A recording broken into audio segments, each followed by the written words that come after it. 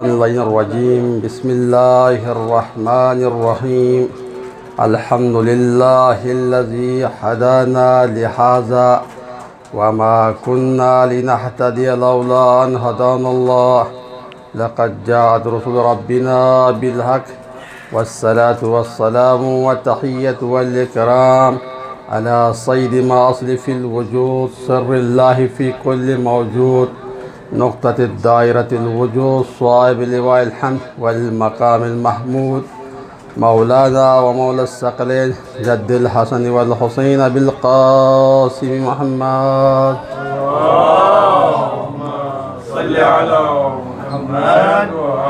व अला आलिहि तय्यबीन अत्ताहिरीन अल मअसूमीन अल मज़लूमीन व लअनतुल्लाहि अला अदाइहिम अजमईन अम्मा बाद फ़क़द क़ाल अल्लाहु तबारक व तआला फ़ी किताबिल मजीद बिस्मिल्लाहिर्रहमानिर्रहीम फ़ज़कुरूनी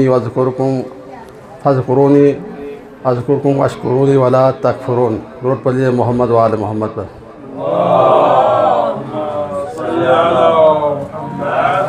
बहुत सारे मोमिन मरीज़ है। खुशबंद दिलशाद साहब की कोई बांझी भी मरीज़ है कहाँ है, और जो भी मोमिनात मरीज़ है बहुत से लोगों ने इल्तिमास से दुआ किया है, और एक मोमिन रज़ा अहमद भी मरीज़ है, और भी जो मोमिनात मरीज़ है बिहक़ के बेमार करबला के सदक़े में शिफ़ाए कामिला वाजिला अता फरमा। जो मोमिनात परेशान हाल इनकी परेशानियों को दूर फरमा, और हमारे ज़माने के इमाम के ज़ुहूर में ताजील अता फरमा। और एक सूरह फ़ातिहा की इल्तिमास है हसन अली जाफ़री, मेराज फ़ातिमा, उरूज फ़ातिमा, अज़ीज़ अहमद, तस्नीम फ़ातिमा, परवीन फ़ाज़ली, मोहम्मद अहमद, ज़फ़र अब्बास, समीना ज़फ़र और हाज़रीन मजलिस के तमाम और के नाम पर अल-फ़ातिहा।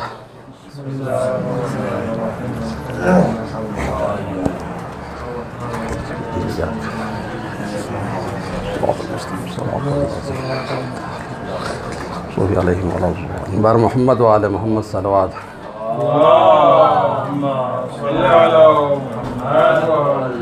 बरादरान जिसमें आपके सामने कुरान मजीद की मशहूर और मारूफ़ आयत की तिलावत का शरफ़ हासिल की, जिसमें परवरदिगार आलम कहते हैं कि तुम मेरा ज़िक्र करो मैं तुम्हारा ज़िक्र करूँगा, और शुक्र अदा करो कुफ्र इख्तियार न करो। तो अल्लाह ताला हर शे पर कुदरत रखता है, और अल्लाह ताला को अपने बंदों की हर चीज़ के बारे में मालूमात है। इंसान अपने आप से छुप कर कोई काम कर सकता है, कोई फ़ेल अंजाम दे सकता है, मगर अल्लाह से छुप कर कोई काम नहीं कर सकता है।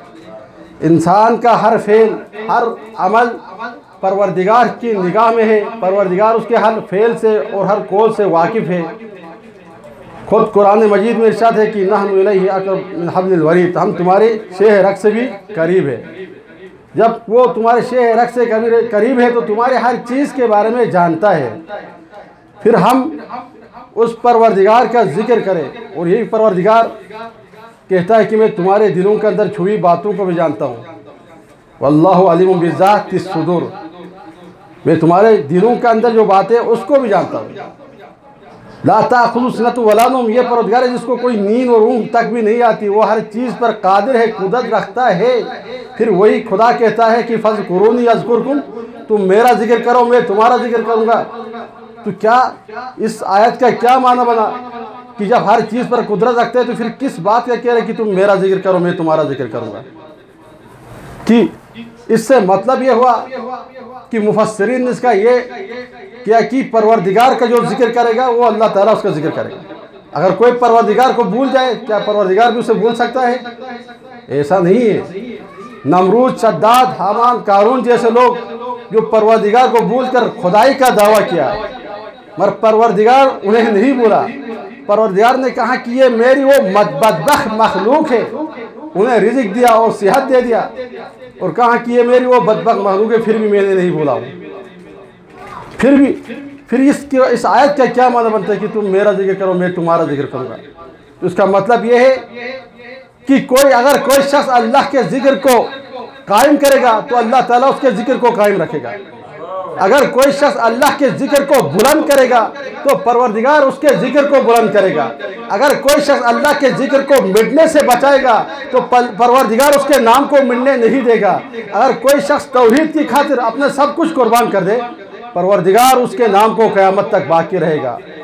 खलील इब्राहिम ने खुदा की खातिर आग में कूदना गवारा किया, नमरूद के सामने उसके सामने सर नहीं झुकाया, और अपने आप को आग में कुतवा दिया, और अल्लाह की खातिर शाम से मक्के के सहरा में आया, अपनी जवान बीवी और बच्चे को सहरा में छोड़कर खाने खुदा को तामीर पे लगा। परवरदिगार ने कहा, इब्राहिम तूने मेरे नाम को बुलंद किया तो मैं तेरा नाम को बाकी रखूंगा। इब्राहिम, जो भी शख्स हज में आएगा, जब तक मिना, सफ़ा और मरवा में तुम्हारे किए हुए अमाल को, फेल को अंजाम नहीं देगा, उसके हज को कबूल नहीं करूँगा। तो क़यामत तक इब्राहिम, खलील इब्राहिम के अमाल को परवरदिगार ने हज की कबूलियत के लिए शायद रखा गया।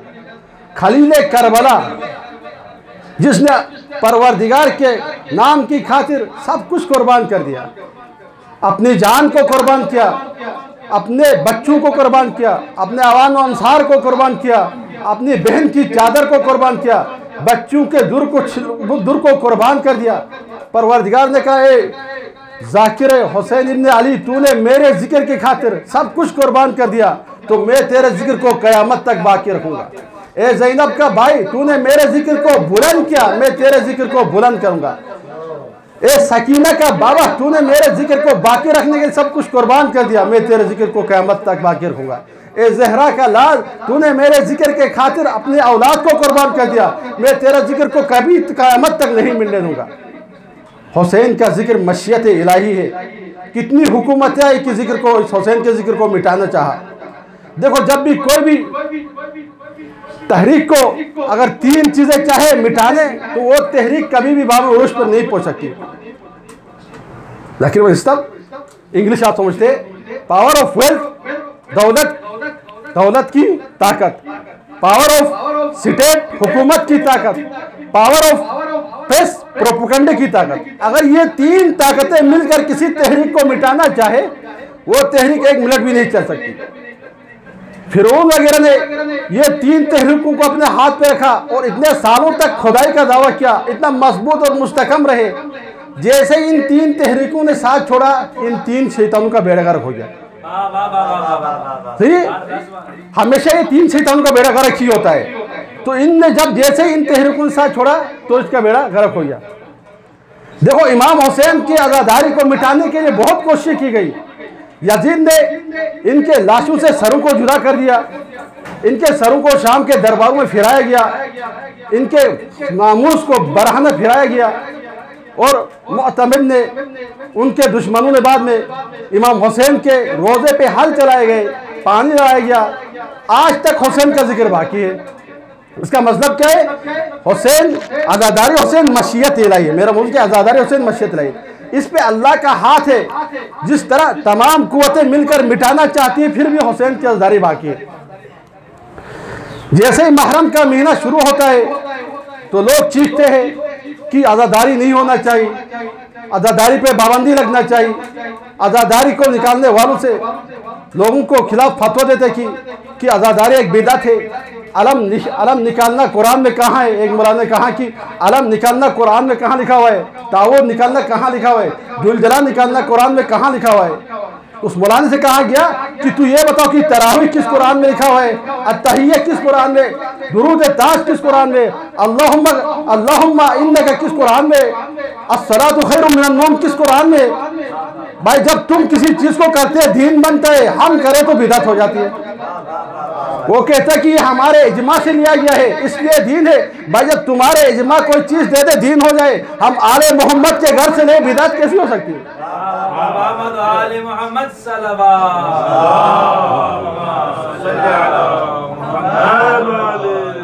तो कहा कि हम आले मोहम्मद को आप लोग से ज्यादा हम मानते हैं। मौलाना ने कहा कि मुली ने कहा कि हम आले मोहम्मद को आपसे ज्यादा मानते हैं। भाई, तुम जब ज्यादा मानते हो, किस तरह मानते हो? तुम साबित बिन नुमान की बात को मानते, तुम हनफी की बात को मानते, तुम मालिकी की बात को मानते, तुम शाफी की बात को मानते। तुम जब आले मोहम्मद को मानते हो तो इनको दीन के वारिस कैसे करा देते हो? जब ये चार दीन के वारिस बनते हैं, इजमा बनता है, तो आले मोहम्मद को कैसे मानते हो? आले मोहम्मद को हकीकी मानों में कोई मानते हो शियान इब्न अली तालिब है। नूर पढ़िए मोहम्मद वाले मोहम्मद।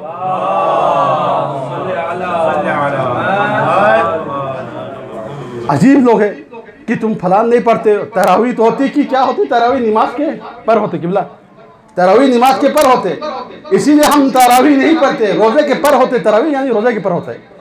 हम इसीलिए तरावी नहीं पढ़ते क्योंकि रोजे पर लग जाए तो रोजा उड़ जाता है। हम चाहते हैं कि हमारा रोज़ा बाकी रहे, क़यामत में हमारा काम आ जाए। तो जो इबादत तुम करते हो वो सही है, हम अगर कोई चीज़ इंजाम दे वो बिदअत हो जाती है। तो मोहम्मद व आले मोहम्मद की बात को मानने वाले ये कि अज़ादारी इमाम हुसैन मशीयत इलाही है। हर दौर में कोशिश किया कि इस अज़ादारी को मिटाया जाए, आगे न बढ़ा जाए, मगर इमाम हुसैन की अज़ादारी हर दौर में अहसन अंदाज में बरपा हुई। क्योंकि देखो गम हुसैन एक मौजज़ा है। मौजज़ा क्या चीज़ होता है? जो शे फितरत पे गालिब आ जाए वो मौजज़ा है। मौजज़ा की तारीफ ये है कि फितरत पे गालिब आ जाना। देखो अगर कोई शख्स लोहा हाथ में ले ले, अगर नरम हो के मून बन जाए मौजज़ा है। कुछ एक दरख्त से मेवा लग जाए मौजज़ा है। अगर कोई शख्स कंकरी को हाथ में ले ले और इशारा करे कलिमा पड़ जाए ये मौजज़ा है। अगर आग गुलजार बन जाए, आग का काम जलाना है, गुलजार बन जाए मौजज़ा है। और ये अज़ादारी इमाम हुसैन एक ऐसा मौजज़ा है कि इतने सालों से मना रहे फिर भी ये गम ताज़ा है। फितरत का कम है कि किसी का जवान बेटा मर जाता है, 1 साल या 2 साल के बाद उसके गम भूल जाते हैं। 1 साल पहले जिस घर में जिनाजा था आज 1 साल बाद वहाँ शादी होती है, मगर 1460 से आज तक इमाम हुसैन का गम ताज़ा है, जिंदा है और उससे ज़्यादा अंदाज में मनाया जा रहा है। यही तो मौजज़ा है कि जिस गम को मनाने में लाखों करोड़ों लोग हुसैन के गम को मनाते और वो बेहतर अंदाज में मनाते। दुरूद पढ़िए मोहम्मद व आले मोहम्मद।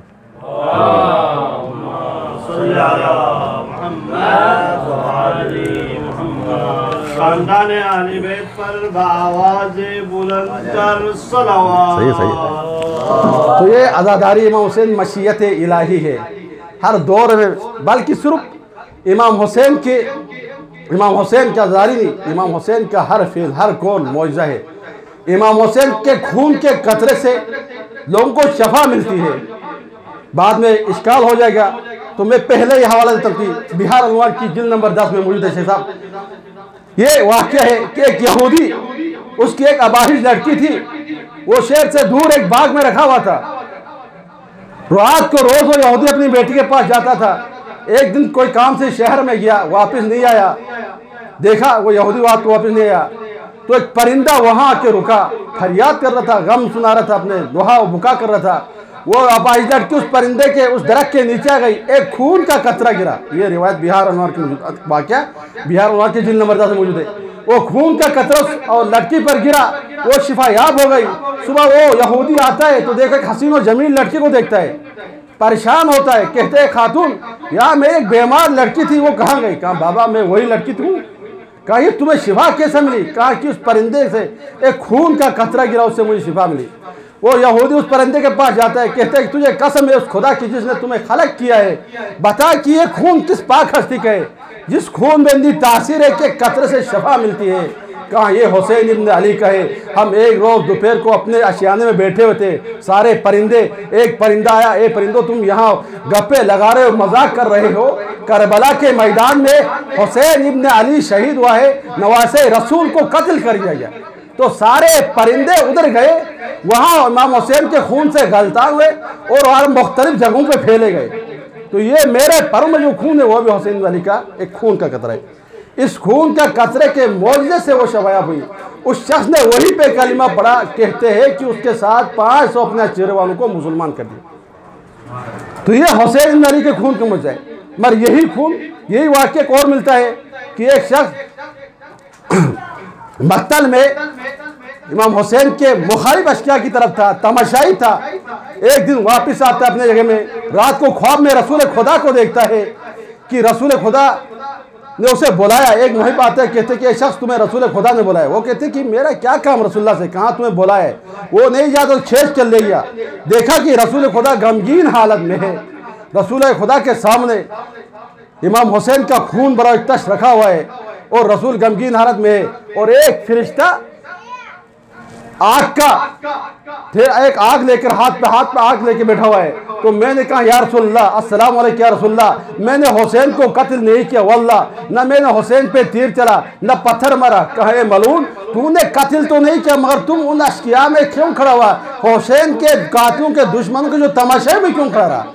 तुम उनके तमाशे में, तुम उनके मजमे को बढ़ा रहे थे। एक सिलाई निकाल उसके आंख पे लगा दी, वो दोनों आंखों से अंधा हो गया। तो यही मौजूद है खून हुसैन का, ये किसी को शिफा देते हैं तो दुश्मन को उस पर सजा भी मिल जाती है। दुरूद पढ़िए मोहम्मद व आले मोहम्मद। तो हुसैन का खून, हुसैन का हर फेल और हर चीज मौजूद है। उमर इब्न ज़ियाद इमाम हुसैन के सर को उठाकर लाता था नेज़े में बुलंद करके, तो एक खून का कतरा उस पर रान पे गिरा कहते, वो सुराख कर गया।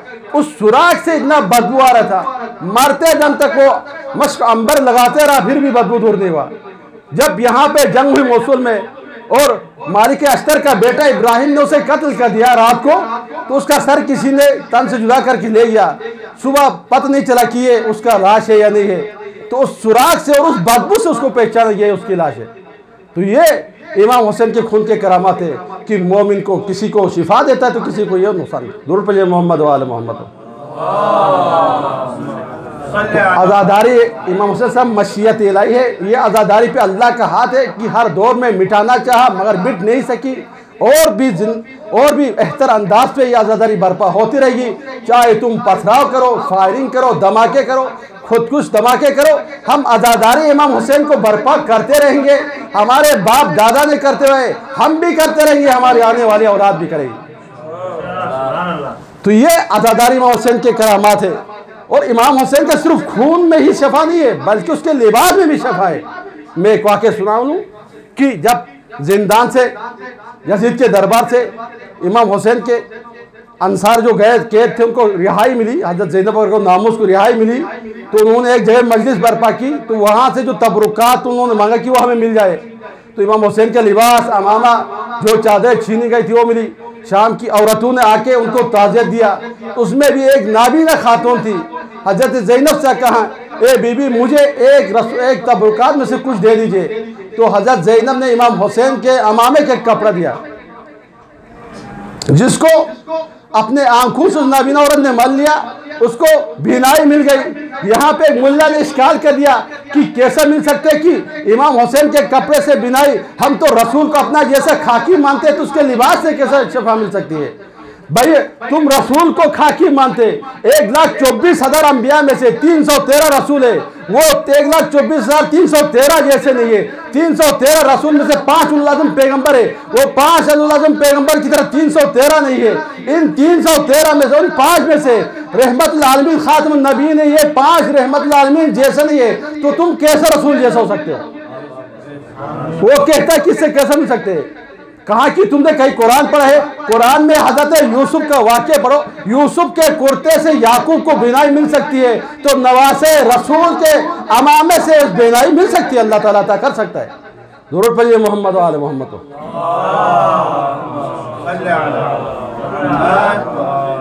इमाम हुसैन का हर चीज़ मौजूदा है।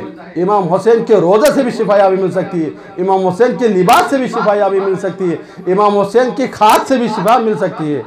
अज़ादारों, यही इमाम हुसैन जब करबला में पहुँचे ना, वहाँ पे अब्दुल्ला इब्न मसूद एक रिवायत नकल करता है कि जिस साल ये इमाम हुसैन वहाँ शहीद हुए, उस साल बहुत से ताजिर इराक आए थे। जब वो ताजिर वापसी में करबला के सहरा में पहुँचे, वो उनके साथ एक ईसाई खातून भी थी, वो अपने कनीज़ों के साथ थी। उसने उस सहरा पे रुकी तो देखा कि उसका दिल बहुत गमगीन था। उसने अपनी कनीज़ से कहा कि चलो इस सहरा में थोड़ा घूमते हैं ताकि मुझे तसल्ली मिले, मेरा दिल थोड़ा बेचैन है। वो आगे चले गए, देखा कि बहुत से परिंदे उड़ रहे हैं। आगे जाके देखा तो कुछ सफ़ेद परिंदे किसी चीज़ के ऊपर साया किया हुआ है। उन्होंने देखा कि यहाँ पे बहुत बड़ा काफिला रुका होगा, बहुत से खून नजर आ रहे, तो बहुत सारे भेड़ बकरियां ज़िबा किया हुआ। फिर वो आगे गई, देखा कि परिंदे साया किए हुए, तो उन्होंने सोचा कि इन परिंदों का सरदार को मारा गया होगा। उसके बाद करीब जाके देखा तो बहुत से लाशें पड़ी हुई है बेगौर कफन। वो खातून कहती है कि इन लाशों पे सफ़ेद परिंदों ने साया किया हुआ था और इनके लाशों से खुशबू आ रही थी। मैंने अपनी कनीज़ से कहा कि ये जो लाश पड़ी हुई है इससे इतनी खुशबू आ रही है, तो ये कोई इबादत गुजार हस्ती होगी जिसे इन्होंने कत्ल किया गया।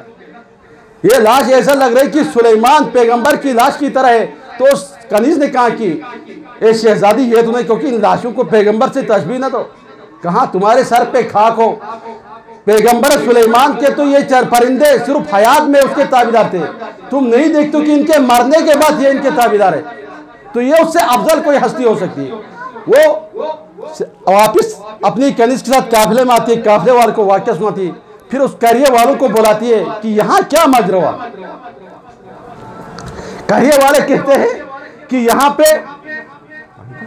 पे एक वो आए थे,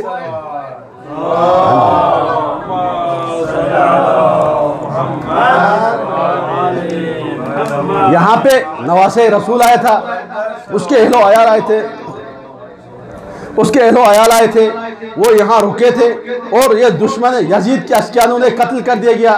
तो उन्होंने कहा कि इन्हें दफनाए क्यों नहीं, कहा कि हम अस्किया के खौफ से बैठे हुए थोड़े दूर चले जाएंगे तो हम इन्हें दफना देंगे, थोड़े ये दूर चले जाए तो हम दफनाएंगे। उन्होंने कहा चलो हम साथ मिलकर दफनाते। जब चले गए लाशों के करीब पहुंचा, एक लाश सरे बरहाना पड़ा हुआ था, उसका सर भी नहीं था, किसी लाश पे सर नहीं था। वो खातून कहती कि एक छोटा सा बच्चा है, उसके गले पे निशान है, उसका सर भी नहीं है, वो नन्हा बच्चा उस जख्म पर अपने हाथ रखा हुआ है। तो मैंने सोचा कि काश इस बच्चे के माँ बाप ने इसे न देखा हो, क्योंकि मुझसे बर्दाश्त नहीं होता। अगर इसके माँ बाप ने देखा है तो ये कैसा बर्दाश्त करेगा। तुम्हें क्या मालूम, ये बच्चा अपने बाप के हाथों पे कत्ल हुआ है, पानी मांगने या दुश्मनों से शहीद कर दिया गया। अज़ादारों, जब इमाम की लाश को दफनाने की कोशिश की गई, दूर से एक सवार आया, लोग घबरा गए कि कोई आया है। फिर देखा कि सैयद सज्जाद करीब पहुंचा। इमाम सज्जाद ने लोगों से कहा मैं तमाम लाशों के नामे बताते जाऊंगा, नाम तुम दफन करते जाना। तमाम लाशों को लाया गया, तमाम शोहदा के लाशों के गढ़े में दफनाया गया। वक्त कम था, अस्किया की खौफ थी। उसके बाद इमाम हुसैन के लाश का टुकड़े हुए थे। इमाम ने कहा कोई कपड़ा लाओ, उस पर लाशा को जमा करेंगे। साहिब तौज़ी आज़ा लिखता है किन सादत बंदों ने इमाम के आज़ा को जमा किया। उसके बाद एक जमीन को थोड़ा से खोदा, एक तैयार शुदा कब्र मिली, उसकी तख्ती पे लिखा था हाजा कब्र हुसैन और ज़मीन अतशार, ये कब्र हुसैन है, इसे प्यासा शहीद किया गया। उसके बाद देखा कि एक लाशा फुरात के किनारे पड़ी हुई है। लोगों ने कहा ए मौला, एक लाशा फुरात के किनारे में पड़ी हुई है, उसके बाजू भी नहीं है, उसका सर भी नहीं है, हम नहीं पहचान पा रहे। मौला सज्जाद ने कहा ये मेरा चाचा अब्बास की लाश है, लोगों यहीं पे दफना देना मेरे चाचा को। अब्बास की लाश को दफना दिया, हबीब इब्न मुजाहिर की लाश को अलग दफना दिया, क्योंकि उनके कबीले में से था। अज़ादारों, इमाम हुसैन के लाश की और जिसमें अधर की कहानी है, उसके बाद सर की उससे भी दर्दनाक कहानी है। सर को कभी होली के तनूर में रखा गया, कभी यजीद के दरबार में रखा गया, कभी इब्न ज़ियाद के दरबार में रखा गया, कभी दरख्त पर लटकाया गया। उस वक्त बच्चे इस दरख्त पे किसी सर को पत्थर मार रहे थे। एक शख्स ने कहा कि ये बुजुर्ग, ये नूरानी शख्स के सर पे पत्थर क्यों मारा जाए। पूछा कि ये कौन है, कहा ये हुसैन इब्न अली का सर है। वसियअलमुल्लज़ीना ज़लमू अय्युम मुनक़लिबिन यनक़लिबून मा तबी हुसैन।